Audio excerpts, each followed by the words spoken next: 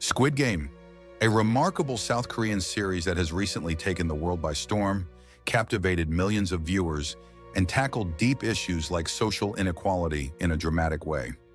As one of my favorite productions, Squid Game is not just a survival story, it also offers a thought-provoking narrative about human nature.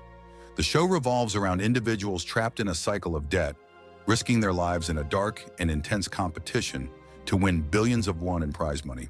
However, this storyline transcends mere entertainment, shedding light on many harsh truths about human psychology. The dark plot and social critiques of Squid Game leave a profound impact on its audience. Today, though, we will step out of the fictional world of the show and delve into a striking reality in South Korean history: the brothers' home scandal. This scandal, which unfolded in the 1980s South Korea, left an indelible mark on the concepts of social justice and human rights. Examining this tragic event is crucial for understanding how the social structure and authoritarian regimes of that era targeted the most vulnerable segments of society. While it's not entirely fair to draw a direct parallel between Squid Game and the brothers' home scandal, one can still observe some striking similarities between the two stories. So how do these two narratives intersect? Let's take a closer look at this compelling connection together. By the way, if you enjoy this kind of content, please don't forget to subscribe to my channel and like the video. Your support means a lot to me. Welcome to my channel, Discovery of the Mystery, where we will uncover the secrets.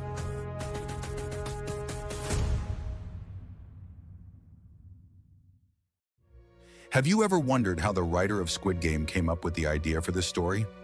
According to Wikipedia, the screenwriter and director Hwang Dong-hyuk based the concept of the series on the financial struggles he experienced in his youth.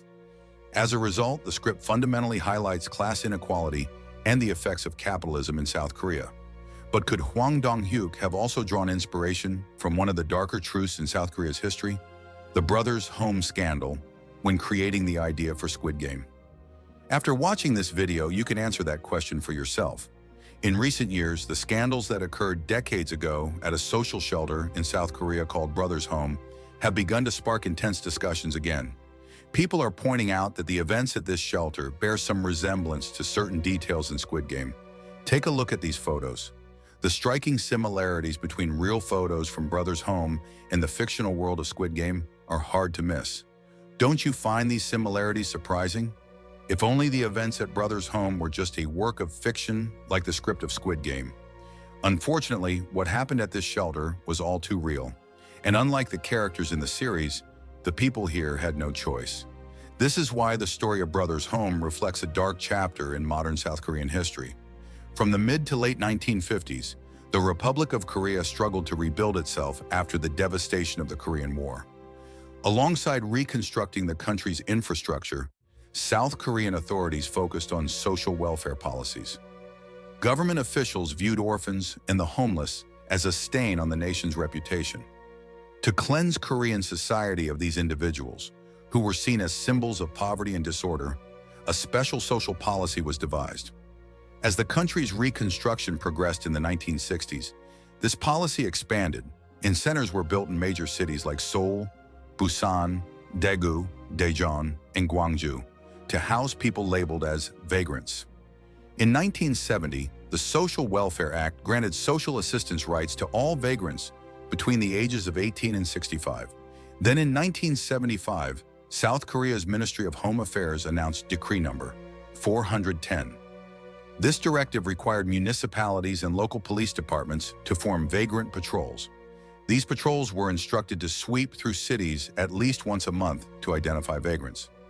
Decree Number 410 defined vagrants as individuals obstructing proper public order in cities and communities, but its vague wording allowed local authorities to determine who could be classified as a vagrant. The local police in Busan, in particular, exploited the ambiguity of this law. Patrols in Busan began rounding up virtually anyone they considered a vagrant. Among those detained were beggars, orphans, and people with disabilities. In some cases, police even took children who were alone on the streets without notifying their families or caregivers. The vague language in Decree Number 410 gave police a legal pretext to detain anyone found on the streets without family connections for any reason. Legally, police were required to obtain consent from those in need of assistance, and inform the families of detained vagrants. However, according to eyewitnesses, the police rarely followed these procedures. The vagrants detained by the police were distributed across 36 different rehabilitation institutions throughout South Korea. Can you guess which one was the largest? Of course, it was Brothers Home. Established on July 20th, 1960 in Busan, Brothers Home was initially seen as a shelter for homeless children. By the early 1970s, as the institution expanded, various other vagrants began to be brought there as well. In July 1975, Brothers Home signed a contract with the Busan city government, officially becoming one of the primary institutions for housing vagrants. A few years later, as the country prepared for the 1986 Asian Games and the 1988 Seoul Olympics, police crackdowns intensified. Government officials instructed security forces to ensure that no vagrants remained on the streets of Seoul before the Olympics began.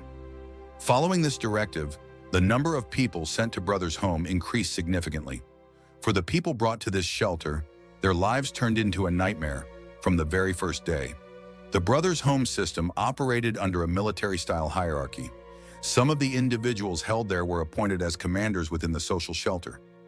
These commanders followed the instructions of the head director, Park In-gun, and oversaw groups of homeless people residing there. Each commander was responsible for a group of 120 individuals.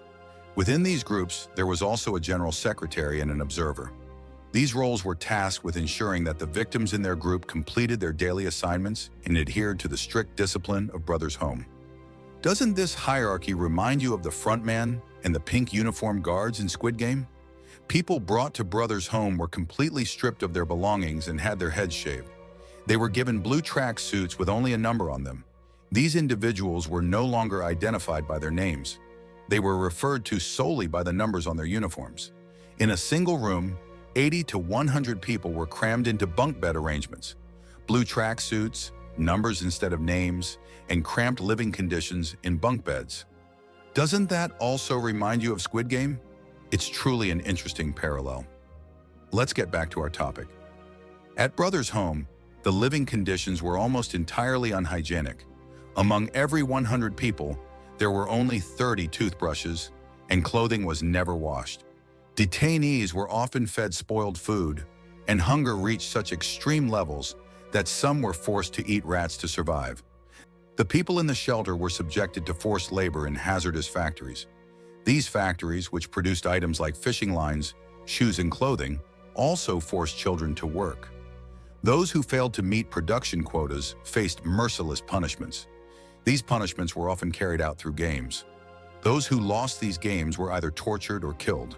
Forms of torture included being forced to remain in painful positions for long periods and enduring severe physical abuse. These games were part of a sadistic system that created overwhelming fear among the victims. This system of games and punishments raises the question of whether Squid Game writer and director Hwang Dong-hyuk may have been inspired by Brothers Home. At Brothers Home, women and children suffered unspeakable crimes, including sexual abuse. Women were administered unknown drugs that caused pregnancies to terminate and left them permanently infertile. Victims who became disabled were sent to a special area called the zombie zone, where they were kept under the influence of drugs until their deaths. The bodies of those who lost their lives were either secretly cremated or buried in mass graves. Their organs were often sold covertly to nearby hospitals. Between 1975 and 1988, the recorded death toll at Brothers Home was approximately 657. However, the actual number was far higher due to unrecorded deaths. Many victims attempted to escape multiple times. Yet each time they were caught, they faced severe torture as punishment. This horrific system operated with the knowledge of the South Korean government. Institutions like Brothers Home were outwardly used to maintain social order, but in reality functioned as centers of torture and forced labor. With government support, the institution's director, Park, acted with impunity for years and even received special funding from the state. In 1987, a prosecutor's covert investigation exposed the systematic torture at Brothers Home. The prosecutor documented that thousands of people were being unlawfully detained, tortured, and forced into labor at the facility. However, despite this investigation, Director Park was sentenced to only 2.5 years in prison for embezzlement. the human rights violations were ignored. For years, survivors of Brothers Home were forced to remain silent. In recent years, however, survivors have fought to bring their traumatic experiences to public attention and continue their search for justice. In 2020, the South Korean government passed a law to investigate past human rights violations, but the survivors have still not received any compensation. This scandal remains one of the darkest stains on history. Today, we all know how advanced the Republic of Korea has become.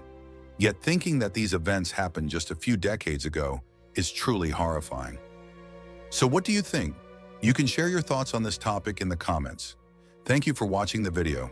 If you enjoyed my content, don't forget to subscribe to my channel and stay tuned. You can support my channel by liking and commenting on my content. Until we meet again.